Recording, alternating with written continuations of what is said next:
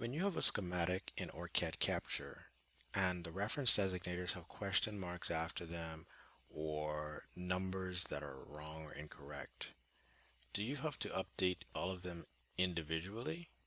Well, no, you don't. There's an automatic annotation feature that updates your reference designators for you. So I'll show you how to do that. Go to Project tab in Capture and select Tools from the menu and select Annotate.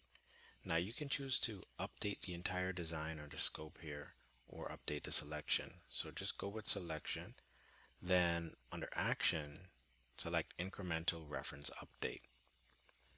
Next, click OK, click Yes. Then OrCAD Capture will update all the part references for you. Click OK one more time, and in the session log, you'll see what happens. These are the last parts that were updated with their final reference designators. And just to make sure that it worked, go to your page and see that all the reference designators are updated for your parts. So no manual entry for reference designators, and this is really useful for very complex designs and even simple designs like this one. Thanks for watching.